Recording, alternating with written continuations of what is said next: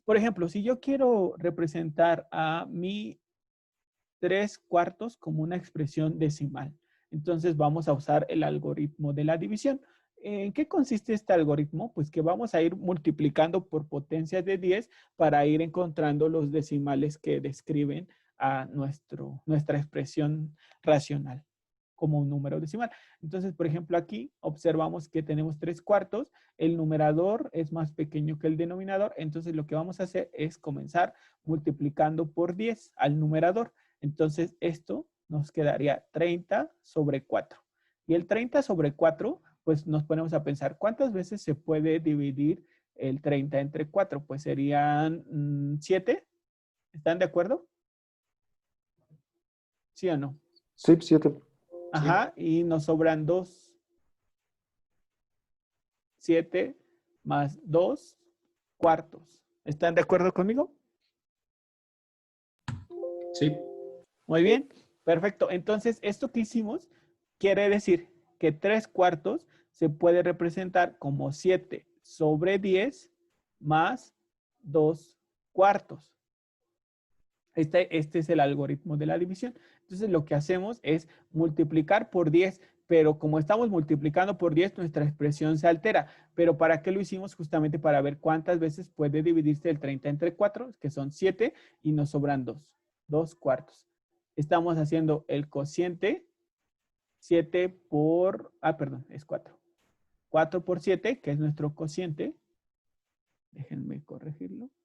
Cociente más nuestro residuo dividido entre la expresión original, que es lo que decía, cociente más el residuo dividido entre la expresión original, que en este caso es 4. Estamos haciendo eso, cociente más el residuo dividido entre la expresión original, pues 7 más 2 entre 4, justamente. Muy bien. Pero como multiplicamos por 10, ahora este resultado que obtuvimos lo tenemos que dividir entre 10 a ambos números. Muy bien, ya está. ¿Hasta ahí me van siguiendo, muchachos? ¿Cómo ven? Sí. Perfecto. Después lo que hacemos de esto significa que yo ya tengo, hasta ahorita vean, yo ya tendría, lo voy a poner aquí abajo, yo ya tendría que 3/4 es 0.7 más 2/40. Eso es lo que quiere decir. Pero yo a esta expresión la quiero representar como otro número decimal. Y entonces al sumar todos estos números decimales, puedo ver a qué equivale 3/4 como una expresión decimal. Muy bien. Perfecto. Entonces, bueno, voy a borrar esto. Nada más lo puse para que ustedes vieran por qué lo escribí 7 décimos. Pues porque ya sé que 7 décimos es 0.7. Y ahora sería 2/4 por 10. ¿Y por qué fue 4 por 10? Pues porque aquí para representarlo así, multiplicamos todo por 10. Y entonces ahora, para que este 10, el efecto que tuvo este 10 en la expresión original se cancele, pues tengo que dividir otra vez todo entre 10. ¿Hasta ahí sí me pueden seguir? ¿Cómo ven? Sí, todo bien. Muy bien, perfecto. Y entonces ahora lo que seguiría a hacer es que a esta expresión, pues yo ya no le voy a hacer nada porque ya está simplificada. Y a esta hora, como es mi segunda cifra, entonces ahora la voy a multiplicar por 10 al cuadrado. Bueno, la voy a multiplicar por 10 al cuadrado. La primera la multipliqué por 10 a la 1, la segunda la voy a multiplicar por 10 al cuadrado. Entonces, ¿qué me quedaría? ¿Quién me puede decir de esta expresión que tengo aquí? ¿Qué me quedaría?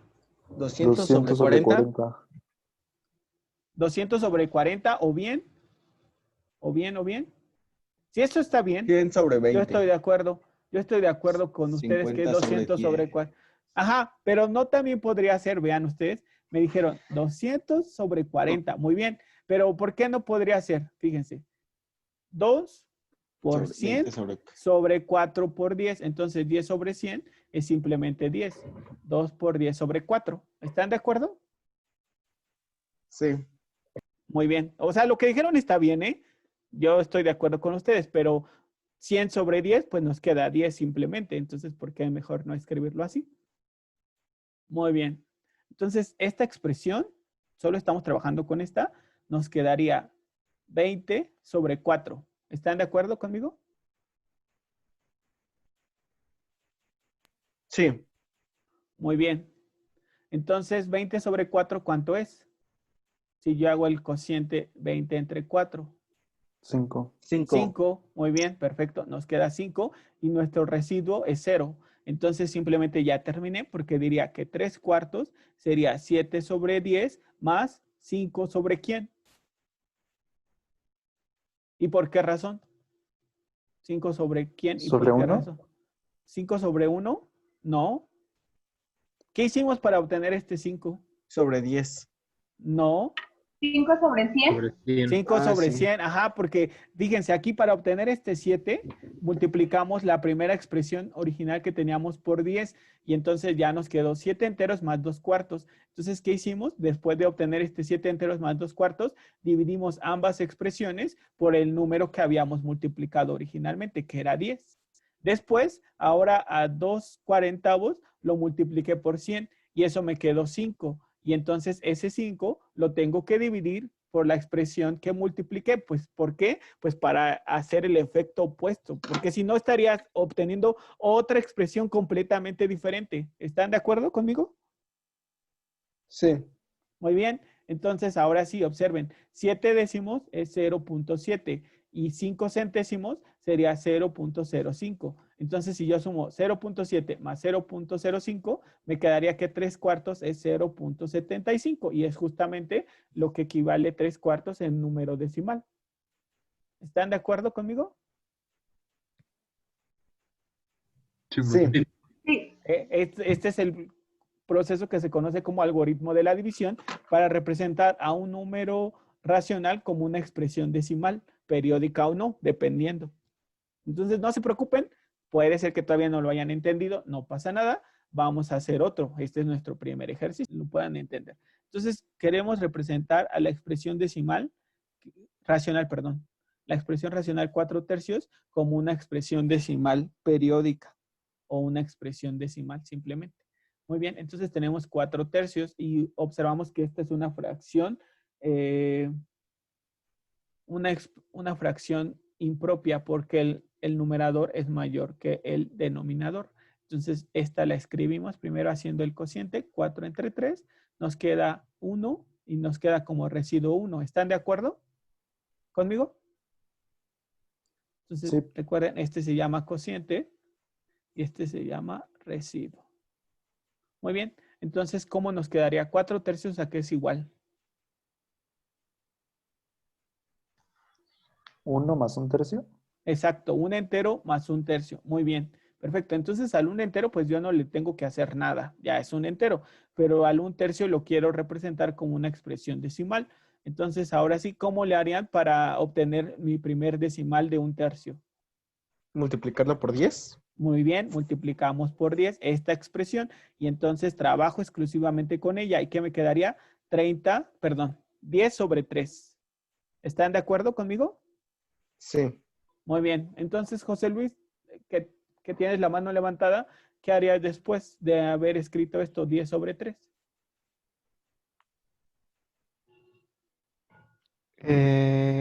Después de eso, trataría de... Ay, diablos. Eh, se traría... Se... mm, ay, rayos. No te Eh, preocupes, tranquilo, tómate tu tiempo. No está difícil, piénsalo.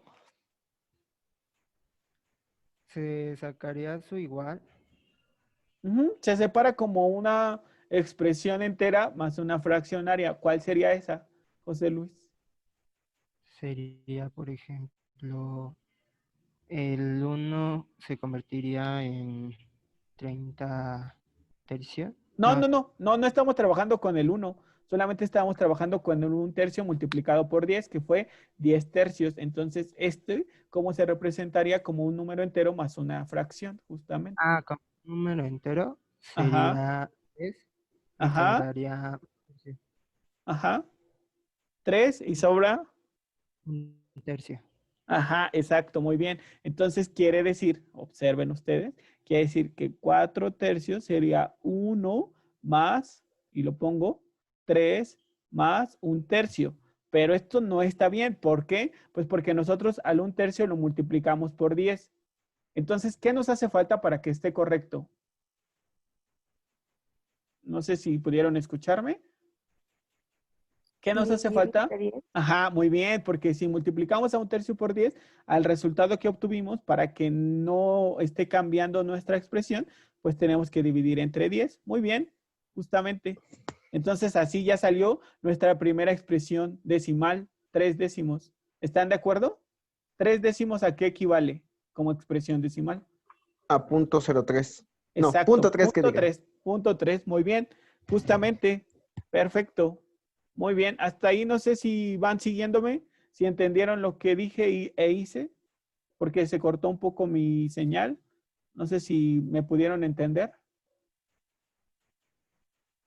Pueden hablar si gustan, por favor. Sí, todo bien, profe. ¿Todo bien? Sí, Muy sí. bien, perfecto. Entonces vean, para que no Sí. se confundan, simplifiquen esto, nos quedaría un entero más 3 décimos más un treintavo. ¿Hasta ahí están de acuerdo conmigo? Sí. A esta expresión ya no le hago nada, a esta expresión ya no le hago nada. Ahora trabajo con esta. ¿Qué le tendría que hacer a esa expresión para encontrar ahora la segunda cifra decimal? Multiplicarlo por 10 al cuadrado. Ajá, multiplicarlo por 10 al cuadrado. Muy bien, perfecto. Entonces, esta expresión, solo esta, ¿cómo me quedaría? 10 Ajá, sobre 3. muy bien. Y si alguien dice, no, pues a mí me quedaría 100 sobre 30, está bien, no pasa nada. Solamente que su compañero Cristian lo simplificó. Lo simplificó muy bien. ¿Todos les queda claro? Sí. Muy bien. Y entonces, esta que es una fracción impropia, ¿cómo la representamos? Como un entero y una fracción. ¿Cuál sería? 3 más un tercio. 3 más un tercio. Muy bien. Entonces yo escribiría, regreso, 4 tercios es igual a un entero más 3 décimos más, y escribo 3 más un tercio. Muy bien. Y estas expresiones, ¿qué les tengo que hacer para que estén correctas? Sería Dividirla que entre 3 100. vaya Dividirla entre 100. sobre 100. Dividirla entre 100 o 10 al cuadrado, como quieran. ¿Están de acuerdo? Sí. Muy bien, entonces ya tenemos la segunda cifra decimal. Aquí está, esta es. Y entonces trabajamos ahora con esta. Pero bueno, antes de trabajarla, vamos a escribirlo. Entonces sería un entero más 3 décimos más 3 centésimos más un 300avo o 1 sobre 300, si lo quieren ver. ¿Están de acuerdo? ¿Sí o no? Sí. Perfecto. Y recuerden, para que ya hayamos terminado, todas tienen que ser potencias de 10. Esta no es potencia de 10 porque está multiplicada por 3 además. Entonces no hemos terminado. Muy bien. Entonces trabajamos con esta. ¿Qué hacemos? ¿Qué le hacemos a esa expresión? Multiplicarlo por 10, pero al cubo. Exacto, por 10 al cubo. Y entonces, ¿qué nos quedaría? Ok. Cubo. 1000. Ajá, nos queda 1000 entre 300. O 500. bien, nos queda 10 10 entre tercios. 30. 10 entre 3. Ajá. Sí. ¿Y eso cómo sería? Como un número entero y una fracción. 3 más un tercio 3 otra más un vez. 3 más un tercio otra vez. Muy bien, entonces ya vamos a dejarlo hasta aquí porque ya observamos que se sigue repitiendo esa expresión 3. Entonces nos quedaría 1 más 3 décimos más 3 centésimos más, ahora sí, pongo lo que obtuvimos, 3 más un tercio. Pero como para obtener 3 más un tercio multiplicamos por 10 al cubo o por 1000, entonces ahora tenemos que dividir entre 1000. Entonces ya dividí entre 1000 y entonces ya encontré mi tercer cifra decimal. Y pues ya, vamos a dejarlo hasta aquí porque observamos que es una expresión decimal periódica. Sería 1 más 0.3 más 0.03 más 0.003 más puntos suspensivos. Y entonces 4 tercios sería 1.333 3, 3, 3, 3, etcétera, etcétera, etcétera. O bien 1.3 periódico. ¿Están de acuerdo conmigo? ¿Más o menos entendieron este algoritmo de la división? ¿Cómo ven? Sí. Entonces, en general, ¿me pueden decir qué hacemos para obtener las cifras decimales de un número? Perfecto. Entonces les decía, vamos a ver ahora la densidad de los números racionales. Entonces, igual que los demás números, igual que los demás conjuntos numéricos, los números, bueno, en principio los números naturales se pueden representar gráficamente en un arreglo conocido como recta numérica. En este caso, se tendría que cada número se localizaría con puntos equidistantes entre sí. Dado cualquier punto, su siguiente sería el punto a su inmediata derecha, como se muestra en la siguiente figura. Esta es la representación de los números naturales, no lo olviden. Entonces, todos están equidistantes el uno del otro y sabemos que el siguiente de cualquier número será el que esté justamente a su inmediata derecha. El siguiente de 1 es el 2, el siguiente de 2 es el 3 y así sucesivamente. Para el caso de los números enteros, la representación gráfica es la misma, con la diferencia de que el centro de la recta numérica, en el centro está el 0 y a la izquierda se dibujan los números negativos y a la derecha los números positivos, como podemos observar en la figura. Para el caso de los números racionales, también pueden representarse en la recta numérica. Al introducirse estos números, se observa que la recta se densifica. Es decir, en lugar de ser puntos equidistantes, se vuelve una línea recta casi completa, como se muestra en la siguiente figura. Entonces, cuando nosotros conocemos y empezamos a usar el conjunto de los números racionales, observamos que la recta numérica se densifica. Eso quiere decir que ya no van a ser solo puntos equidistantes, sino que casi en cada espacio de la recta numérica habrá un número racional. Digo casi porque ahorita vamos a ver que hay otro conjunto que no hemos revisado y que es importante mencionar. Entonces, a este concepto, donde ya los puntos no están equidistantes el uno del otro, sino que entre ellos hay otros números, en este caso los racionales, pues le llamamos que es esta característica es que la recta numérica se densifica al introducir el conjunto de los números racionales. Muy bien. Esta propiedad se llama densidad de los números racionales y en la cual se establece que entre dos números racionales siempre va a existir otro número racional. Por ejemplo, aquí tenemos punto 3, en número racional sería 3 décimos. Y tenemos el punto 4, que en número racional sería 4 décimos o 2 quintos. Entonces, entre el número racional 3 décimos y el número racional 2 quintos, hay otro número racional y ese número racional es un tercio, que en expresión decimal periódica sería 0.3333. Esta es la propiedad que se conoce como densidad de los números racionales, que dice que entre dos números racionales habrá otro número racional. Muy bien. La densidad establece que para todo número x y y perteneciente a los racionales, con x menor que y, es decir, x estará a la izquierda de y, existirá un número z que también pertenece a los racionales, tal que entre el número x y el número y, que son racionales, estará este número z, que también es racional. Si se toma la relación x menor que y, se pueden establecer los siguientes procedimientos. Si x es menor que y sumamos y a ambos lados, entonces nos quedaría x más y es igual a, es menor, perdón, que y más y. Si dividimos entre dos ambos lados, entonces nos quedaría un medio de x más y es menor que un medio de y más y. Si simplificamos el lado derecho, nos quedaría que y más y es 2y por un medio es simplemente y. Después dice, si sumamos a x a ambos lados de la desigualdad, entonces nos quedaría x más x menor que x más y.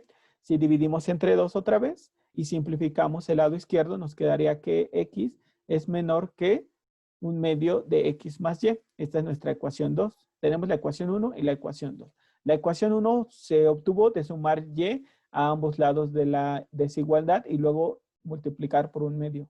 La ecuación 2 se obtuvo de sumar x a ambos lados de la desigualdad y multiplicar por un medio. Muy bien. Entonces, de 1 y 2 y la propiedad de transitividad se tiene que si x es menor que un medio de x más y a su vez un medio de x más y es menor que y, por transitividad, pues se diría que el número z buscado, pues está entre estos dos números, x y y. Justamente es lo que dijimos, la propiedad de densidad de los números racionales, que dice que entre dos números racionales siempre habrá entre ellos otro número racional. Muy bien, donde un medio de x más y es el número z buscado. Después dice, los números naturales y los enteros no poseen la propiedad de densidad debido a que el cociente de dos números no está definido en ellos, justamente. Muy bien, entonces aquí tenemos ejemplos de números racionales, un medio que es equivalente a 2/4, que es equivalente a 4/8. Muy bien, bueno.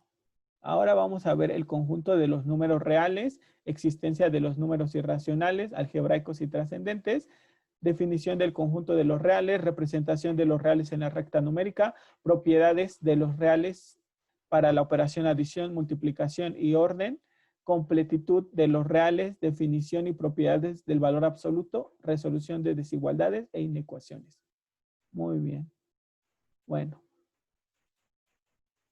Consideremos la ecuación x cuadrada igual a 2 que se presenta al tratar de obtener la magnitud de la hipotenusa de un triángulo rectángulo cuyos catetos son de longitud unitaria. Muy bien, entonces sería x cuadrada es igual a, ¿qué es la hipotenusa? La hipotenusa al cuadrado es igual a la suma de los cuadrados de los catetos, 1 al cuadrado más 1 al cuadrado. Esta ecuación no tiene solución en los números racionales, ya que no existe un número racional x tal que su cuadrado sea igual a 2. A dicho número, esto es, al número cuyo cuadrado es igual a 2, se le representa mediante el símbolo raíz de 2. Este número solución no es racional, ya que no proviene del cociente de dos números enteros. Sabemos que los números racionales se obtienen como el cociente de dos enteros. Y como este número, solución de esta ecuación, no proviene del cociente de dos enteros, entonces no será un número racional. Nuevamente, será necesario hacer una nueva expansión a los conjuntos numéricos. Entonces, existen otros números que representan o que presentan la misma naturaleza que raíz de 2. Es decir, que son números que no pueden ser representados como el cociente de dos números enteros. Es decir, que son números que no pertenecen al conjunto de los racionales, como por ejemplo, raíz de 3, menos raíz de 3, menos raíz cúbica de 5, raíz séptima de 7, y que son producto de la resolución de ecuaciones. Además, hay otros números que tampoco pueden representarse como el cociente de dos enteros y que no son soluciones de ecuaciones, como por ejemplo, están los números pi o el número e, entre otros. Estos otros números conforman un nuevo conjunto que se conoce como el conjunto de los números irracionales y se representan con Q testada o con Q', perdón, con Q'. Llamados así porque no pueden representarse como un cociente de dos números enteros y por lo tanto no tienen una representación decimal periódica. Entonces, todos aquellos números que no tienen una representación decimal periódica o que no pueden representarse como el cociente de dos números enteros, se conocen como números irracionales. Y estos números irracionales, muchos de ellos provienen de la resolución de una ecuación, como la que vimos hace un momento, pero también hay otros que no provienen de soluciones de ecuaciones, como son el número pi o el número e. Por ejemplo, sabemos que el número e se representa como 2.71828182 y no es una cifra decimal periódica. O sea, cada nueva cifra es diferente a las anteriores y no tienen un número que se esté repitiendo todo el tiempo. O por ejemplo, el número pi, 3.14159265, etcétera, etcétera. Pues sabemos que el número pi es un número irracional que tiene tantas cifras como estrellas hay en el cielo, ¿no? Y hay muchas más cifras que las estrellas que hay en el cielo. Tenemos otro número racional que es raíz de 2 o raíz de 3. Decíamos, estos dos, el número e y el número pi, no son números que se obtengan de la solución de una ecuación, como la que vimos anteriormente. Pero, por ejemplo, el raíz de 2 o raíz de 3, sí pueden ser, pueden obtenerse de la resolución de una ecuación.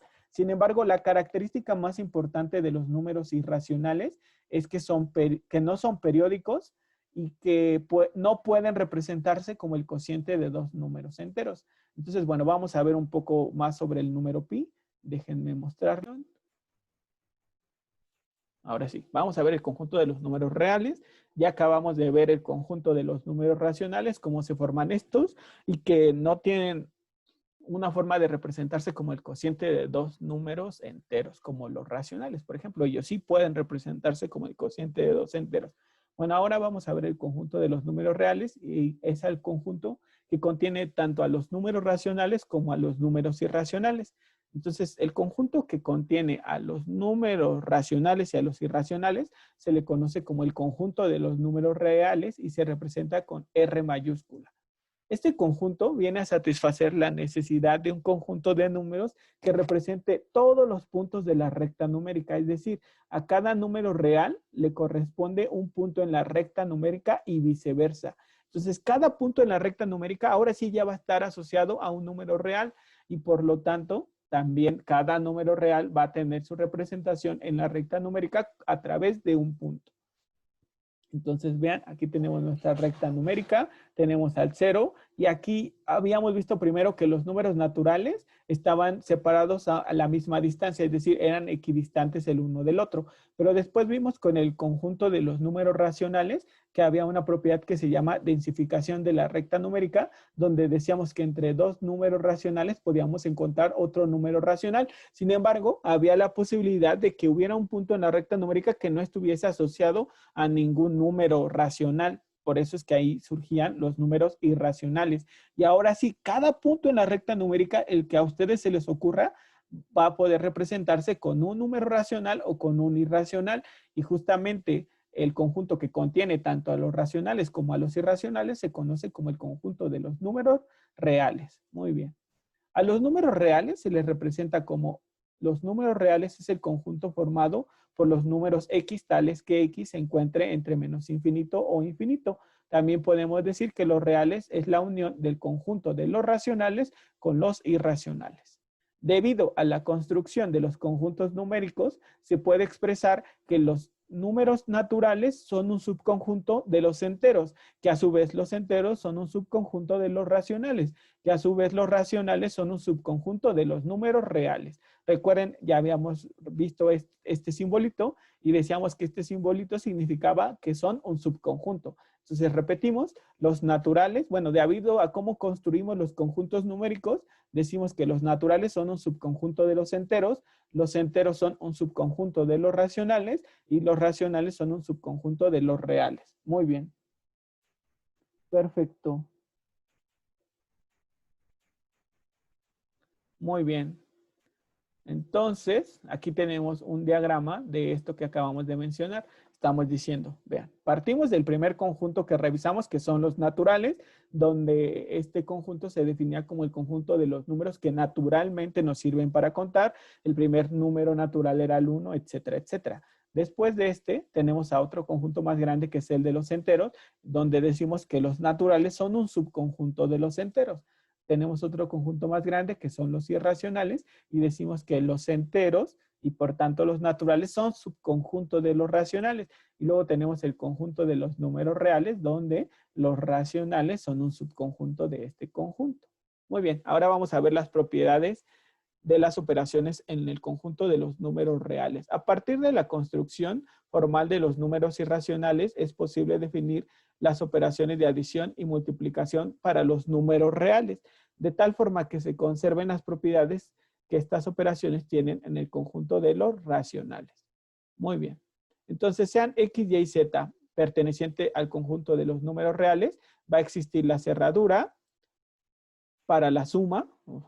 Es decir, si sumamos dos números reales, vamos a obtener otro número real. La asociación, cuando queremos trabajar con más de dos números reales, agrupamos dos de ellos y el resultado obtenido lo sumamos con el tercero y dará lo mismo que yo sume los dos últimos y el resultado obtenido lo sume con el primero. La conmutación, el orden de los sumandos no me va a alterar el producto. La existencia del elemento neutro, va a existir un número real tal que si le sumo el elemento neutro o el idéntico, me va a quedar ese mismo número real. La existencia de los elementos inversos, tal que si yo a x le sumo su inverso, me va a quedar el elemento idéntico o el elemento neutro. Se puede llamar de cualquiera de esas dos formas. Recuerden que para cada número real existe su inverso, pero para todos los números reales existe el mismo elemento neutro. El elemento neutro es único. Inversos tiene cada número real. Muy bien. Ahora, las propiedades de la multiplicación en los reales. Tenemos 3 reales, x, y, z. Existe la cerradura para la multiplicación en reales. Si multiplico 2 reales, obtengo otro real. La asociación, cuando quiero multiplicar más de 2 números reales, primero multiplico 2 de ellos y al resultado obtenido lo multiplico por un tercero.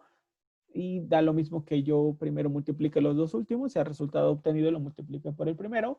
La conmutación, el orden de los factores no altera el producto. La existencia del elemento neutro, que es el 1. Entonces, para cualquier número X va a existir el elemento neutro. En el caso de la multiplicación en los reales es el 1, tal que cuando yo multiplique ese número X por el elemento neutro, me va a quedar ese mismo número X. La existencia de los elementos inversos, que cada número real va a tener su propio inverso y para el cual se va a cumplir que X multiplicado por su inverso nos va a quedar el elemento idéntico o el elemento neutro para todo X distinto de 0. Muy bien. La adición y multiplicación pueden conjuntarse para definir esta propiedad, que es la distribución, que estamos distribuyendo la multiplicación sobre la suma de dos números reales. Y pues simplemente distribuimos X por Y más X por Z. Muy bien. Ahora la sustracción y división en los números reales, sean A y B dos números reales. El número X menos Y se define como, aquí tenemos X menos Y o A menos B se definirá como A más menos B. Es decir, vamos a sumarle a X el inverso aditivo de B o de, en este caso, de Y.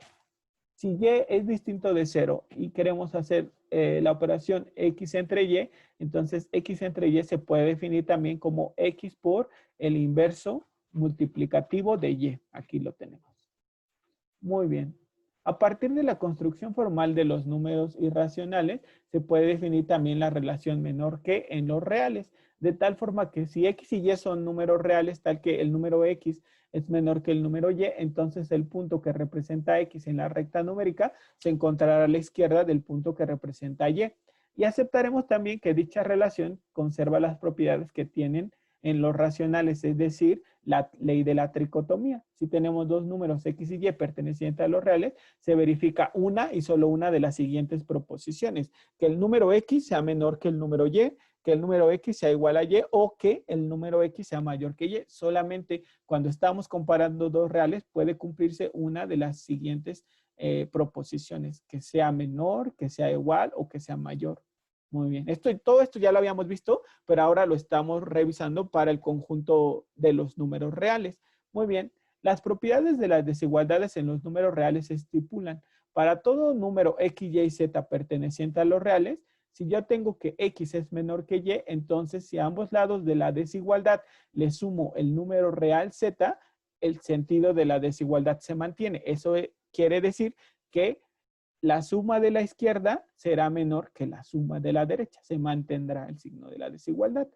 Por otro lado, si yo tengo la desigualdad X menor que Y y a ambos lados de la desigualdad multiplico por el número real Z, el sentido de la desigualdad se mantiene si Z es mayor que 0. Por otro lado, si yo multiplico ambos lados de la desigualdad por Z, pero ese número Z es menor que 0, entonces el sentido de la desigualdad cambia. Si X es menor que Y y Y es menor que Z, por transitividad se podrá afirmar que X es menor que el número Z. Muy bien. Finalmente, hay que tomar en cuenta que en el conjunto de los números reales se definen reales positivos y reales negativos. Entonces, sea X perteneciente a los reales, el número X es positivo si ese número X es mayor que 0. Y el número X es negativo si ese número X es menor que 0. El número 0 es neutro, es decir, el 0 no es positivo ni negativo. Gráficamente, si los estamos representando en la recta numérica, diremos que el número real X es positivo si está a la derecha del 0 y el número real X será negativo si está a la izquierda del 0. Muy bien. Después, bueno, el 0 decimos que no es ¿cómo se llama? No es positivo ni negativo, es neutro. Muy bien, ahora completitud de los reales. Al igual que en cada conjunto numérico, los reales tienen propiedades especiales que solo ellos pueden cumplir. Estas propiedades, en el caso de los reales, son las cotas, los elementos máximo y supremo y la completitud. Cotas superiores o inferiores. Vamos a ver qué es esto de cotas inferiores, superiores o inferiores. Tenemos un conjunto S que es un subconjunto de los números reales. Y tenemos un número t que pertenece a los reales. Ese número t se va a decir que es una cota superior del conjunto S si para cualquier número x perteneciente a S se cumple que el número t es siempre más grande que cualquier número x perteneciente al conjunto S. Entonces, otra vez lo repito, el número t es una cota superior si ese número t es siempre más grande que cualquier número x perteneciente al conjunto que estamos analizando. Después, un número u será una cota inferior del conjunto S si ese número u es siempre menor que cualquier número x perteneciente al conjunto S. Y se deduce que en cualquier número real mayor que t o menor que u, serán también una cota superior o inferior de S, respectivamente. Entonces, otra vez lo repetimos esto último. Se deduce que cualquier número real mayor que t o menor que u será también una cota superior o inferior de S. Entonces, otra vez, una cota superior es cualquier número que sea mayor que cualquier otro de ese conjunto que se está analizando, y una cota inferior va a ser cualquier número que sea menor que cualquier otro número del conjunto que se esté analizando. Pero si S es un subconjunto de los reales, entonces cualquier número real que sea mayor que cualquier elemento del conjunto S se va a llamar también cota superior, y cualquier número real menor que cualquier número perteneciente al conjunto S se va a llamar cota inferior. Eso es lo que estamos diciendo nada más. Muy bien. Entonces vamos a ver ahora qué es el máximo. Tenemos un conjunto S que es un subconjunto de los reales. Un número M perteneciente a los reales es el elemento máximo de S si X es menor o igual que M para todo X perteneciente al conjunto S. Y M pertenece a S, se denota como máximo. Máximo. De S es M. Por lo tanto, un elemento de S es máximo si es una cota superior y además pertenece a S. Ahorita se los explico si quieren de otra forma, pero por ahora vean. Repetimos lo del concepto de cota superior y cota inferior. Entonces, una cota es superior si es un número que sea siempre más grande que cualquier número perteneciente al conjunto S. Y observen la característica más importante de las cotas superiores o inferiores.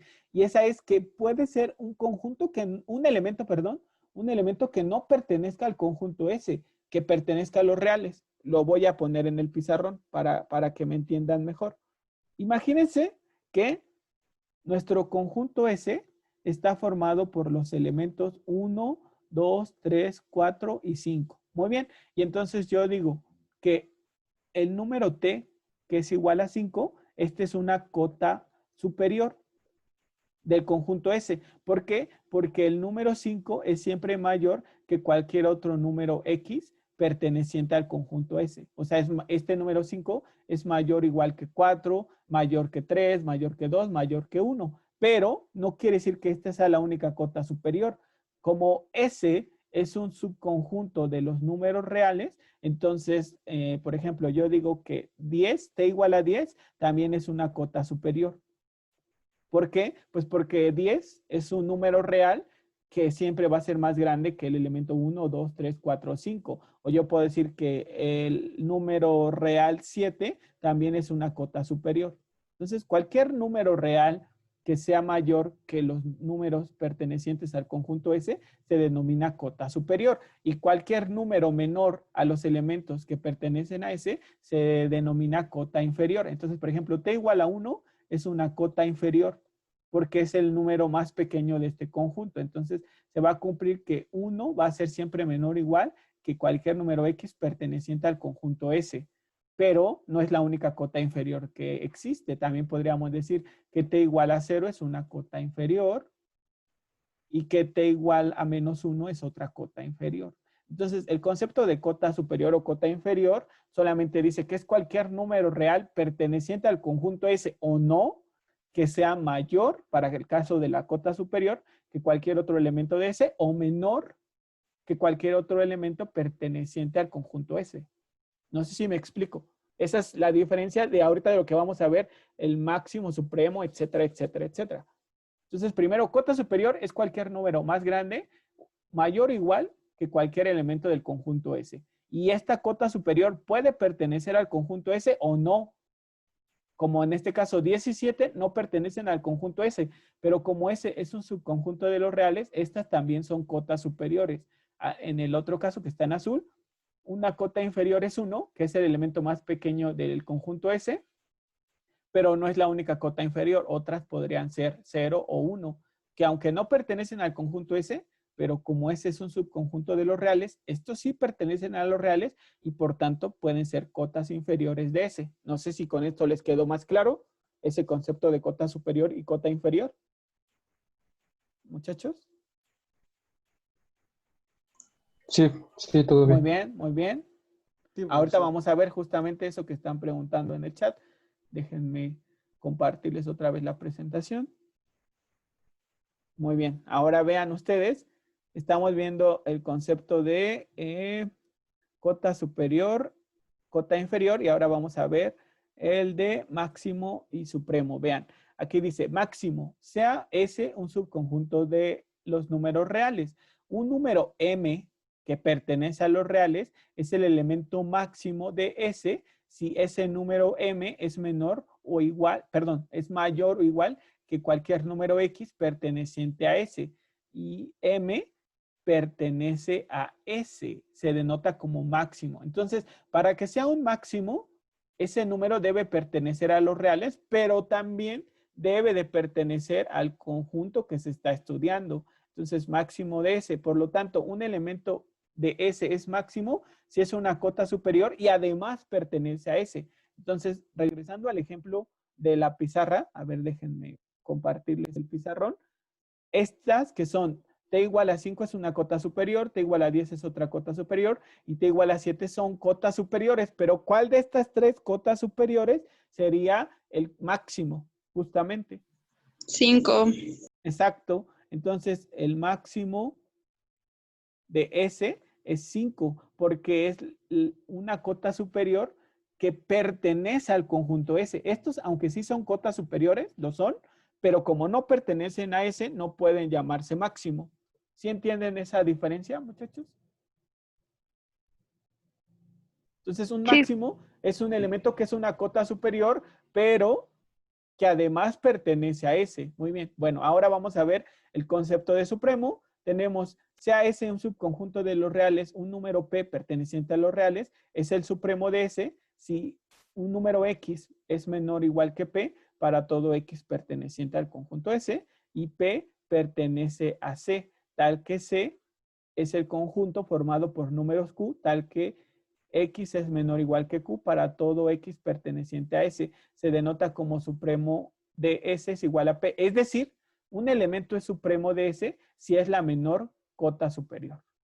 Entonces, la menor de las cotas superiores se denomina supremo. En este caso, observen, en este caso tenemos otra vez varias cotas superiores. Sí están viendo el pizarrón blanco, ¿verdad?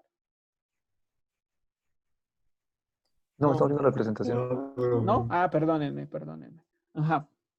Entonces, aquí tenemos varias cotas superiores y la menor de ellas es 5. Entonces, además de ser el máximo, también se conoce como supremo, porque el concepto de supremo, que decía, el supremo de un conjunto S es la menor de sus cotas superiores. Entonces, de todas estas que tenemos, la menor es 5. Entonces, ese se conoce como supremo. Y el máximo, la característica adicional que debe de cumplir es que esa cota debe de pertenecer al conjunto S. Puede darse el caso, no sé, que estemos hablando de intervalos. Imagínense, X pertenece al intervalo que va de 2 a 5. Muy bien. Entonces, es abierto, no considera los extremos. Entonces, yo diría, una cota superior sería 5. Otra, 6. Otra, 7. Muy bien. Entonces, si hablamos de máximo, diríamos que esta no tiene máximo porque está el intervalo abierto. Pero si hablamos de supremo, diríamos que el supremo de este conjunto que estamos analizando sería, bueno, el conjunto de valores de X, tales que X pertenece a ese intervalo. Entonces diríamos que el supremo es 5. porque es la menor de las cotas superiores, pero no tiene máximo porque en el valor más grande es abierto. No tendría máximo, pero sí tendría supremo. Porque el 5, que es la menor de las cotas superiores, no pertenece al conjunto. Entonces, este máximo no tendría, pero sí tendría supremo. No sé si ven la diferencia entre estos dos, el máximo y el supremo. Podría parecer lo mismo en este ejercicio que tenemos aquí, porque el máximo se define como la menor de las cotas superiores, pero que además pertenece al conjunto S. El supremo solamente es la menor de las cotas superiores. Para este ejemplo, la menor cota superior es 5, pero no tiene su máximo, porque el 5, aunque es la menor de las cotas superiores, no pertenece a este conjunto, porque el 5, al estar el intervalo abierto, el 5 no se considera. De todas formas, vamos a hacer más ejercicios después, cuando ya estemos hablando de intervalos, pero ahorita solo estábamos revisando el concepto de cota superior, máximo y supremo, y ahorita vamos a ver el concepto de cota inferior y los que están asociados a estos. Muy bien, déjenme borrar esto. A ver. Bueno, ya está. Entonces ya casi terminamos el día de hoy. Se nos fue la clase muy rápido. Déjenme. No. Olviden. Nada más es minimizar este. Perfecto. ¿Están viendo? No la están viendo. La presentación, ahora sí. Sí, ahora sí. Muy bien, perfecto. Bueno, sí, ya no teníamos que ver otros conceptos, solamente máximo y supremo. Muy bien. Entonces, completitud de los reales. La completitud de los números reales indica que todo subconjunto no vacío de los racionales que esté acotado superiormente tendrá un supremo que pertenecerá también al conjunto de los números reales. Esto quiere decir que se garantiza la existencia de una mínima cota superior. Si nuestro conjunto está acotado, o sea que sí considera sus extremos, entonces va a tener un supremo. Muy bien. Y también tendrá un máximo. El supremo nada más es la menor de las cotas superiores y el máximo es la menor de las cotas superiores, pero que sí pertenezca al conjunto S. Muy bien.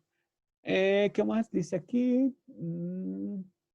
Dice, y establece que la mínima cota es un número real. Muy bien, aquí tenemos ejemplos. Dice, sea el conjunto A formado por los números X, tal que X pertenece a los reales, donde X sea menor o igual que 2. El conjunto está acotado superiormente. Su elemento máximo es 2 y su supremo también es 2. Vean, todos los que están a la derecha de 2 son cotas superiores, pero la menor de las cotas superiores es 2 y el 2 pertenece al conjunto A, por lo tanto, ese número 2 se conoce como máximo y como también es la menor de las cotas superiores, se conoce como supremo. Pero vean aquí está la diferencia más grande. Este es un intervalo cerrado, este no está cerrado. Entonces, sea el conjunto B formado por los números X, tal que X pertenece a los reales, donde X puede tomar un valor entre -3 y 1. Entonces, decimos que el conjunto está acotado tanto superior como inferiormente, pero no tiene elemento máximo y su supremo sería 1. Y aquí está lo que les decía.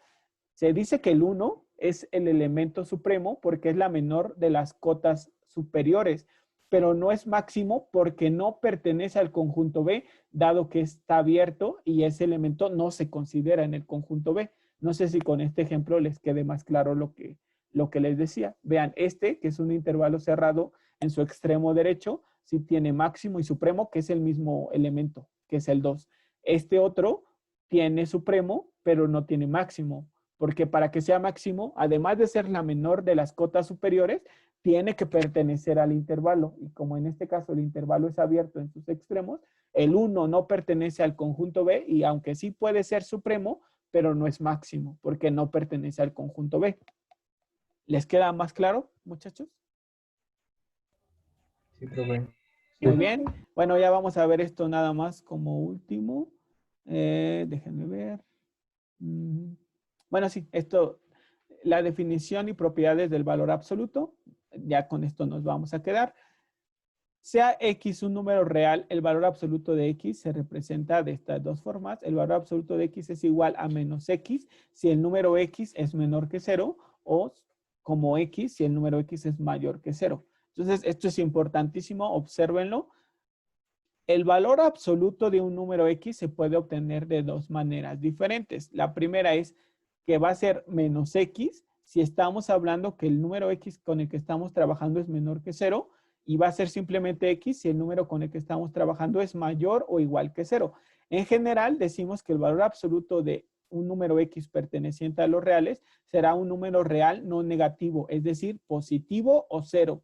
Sus propiedades son: para todo X y Y perteneciente a los reales, el valor absoluto de X será siempre mayor o igual que 0, es lo que estamos diciendo. Además, X será igual a 0 si y solo si el número X es el número 0. Otra propiedad que cumple será que el valor absoluto de un número X al cuadrado será ese número X al cuadrado. ¿Por qué? Porque estamos diciendo que el valor absoluto de todo número es siempre positivo. Luego, el valor absoluto de dos números reales se puede separar como el valor absoluto de X por el valor absoluto de Y. Y por último, que el valor absoluto de una suma de números reales va a ser menor o igual que la suma de los valores absolutos de cada número real. ¿Por qué? Pues porque los números reales pueden ser positivos, negativos o 0. Entonces, si aquí estamos sumando dos números con signos distintos, nos va a quedar un número, no sé, puede ser positivo o negativo. Pero este número, el valor absoluto de esta suma, va a ser siempre menor o igual que la suma de los valores absolutos de los números por separados. ¿Por qué? Porque el valor absoluto de cada número va a ser siempre positivo y la suma de dos positivos es positivo. Y aquí pudo haberse hecho 0 o un número negativo. Por eso siempre se va a cumplir. Muy bien. De manera, bueno, aquí está esto, ahora sí es lo último, pero es lo que les iba a decir justamente. El valor absoluto representará la distancia entre cualquier número real y el 0.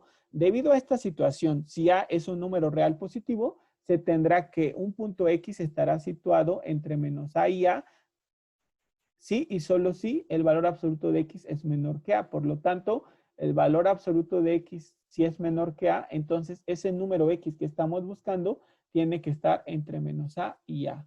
Por otro lado, si el número X está situado antes de menos A o después de A, significará que el valor absoluto de X es mayor que A. Por lo tanto, se tendría que el valor absoluto de X es mayor que A, sí y solo si X es menor que menos A o bien que A sea mayor que X. Muy bien, vean, se los explico de otra forma esto que les acabo de decir.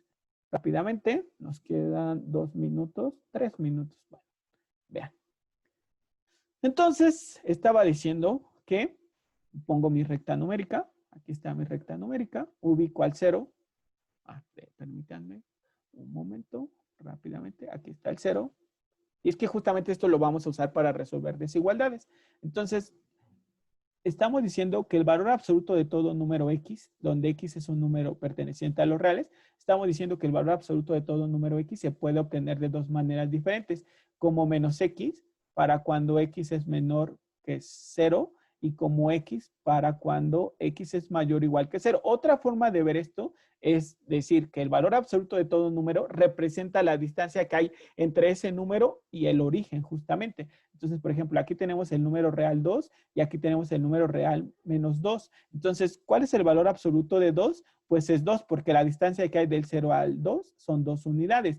¿Cuál es el valor absoluto de menos 2? También es 2, porque la distancia que hay del 0 al menos 2 también son 2 unidades. Eso es lo que representa un valor absoluto, la distancia del origen a cualquier punto. Y como las distancias son siempre positivas, por eso el valor absoluto de todo número es siempre positivo. Y entonces observen aquí, estamos diciendo que el valor absoluto de todo número se puede definir de estas dos formas, porque si yo estoy considerando un número menor que 0, son todos los números que están a la izquierda, y todos los números que están a la izquierda son negativos. Por eso, si yo multiplico a un número negativo por este signo menos, nos da un número positivo, que está representando la distancia que hay del origen a ese punto. Pero si el número es positivo, entonces yo ya no le tengo que hacer nada, simplemente será ese número, porque ya me da una distancia positiva. No sé si eso ya lo entienden mejor. De hecho, así van a ver una función en cálculo y geometría analítica, que es la función valor absoluto, y van a ver que es una función por intervalos que justamente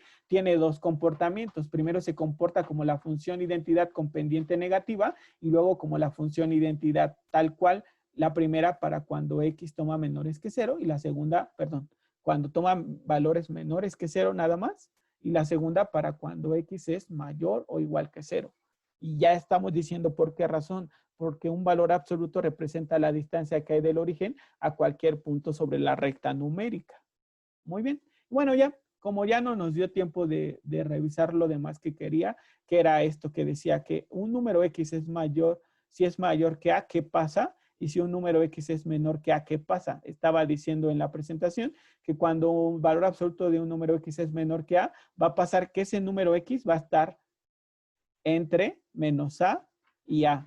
Y si el número x que estamos buscando es mayor que a, entonces se va a cumplir que el número que estamos buscando tiene que ser menor que menos a, o bien que el número que estamos buscando sea mayor que a. ¿Y por qué razón? La próxima clase ya lo revisamos mejor si ustedes quieren. Por ahora, por lo menos me gustaría que se vayan con esta idea de cómo se define el valor absoluto. Decimos, el valor absoluto de todo número x perteneciente a los reales es la distancia que existe entre ese número y el origen. Y por esa razón, pues yo puedo obtener el valor absoluto de todo número a partir de estas dos expresiones. La primera me sirve para determinar el valor absoluto de números x menores que 0 y la segunda de números x mayores o iguales que 0. Y ya, eso es todo. Por lo menos con lo que me gustaría que se fueran el día de hoy. Entonces, hasta aquí lo vamos a dejar. Y ahora sí, la próxima clase haremos toda la clase desigualdades con valor absoluto, desigualdades con cociente, desigualdades cuadráticas, etcétera. Entonces, pongan mucha atención porque ese tema a veces se les dificulta. Entonces, es lo que vamos a ver. Ya terminamos afortunadamente todo lo de los conjuntos numéricos. Ya nada más vamos a enfocarnos en esos ejercicios de desigualdades y inducción matemática.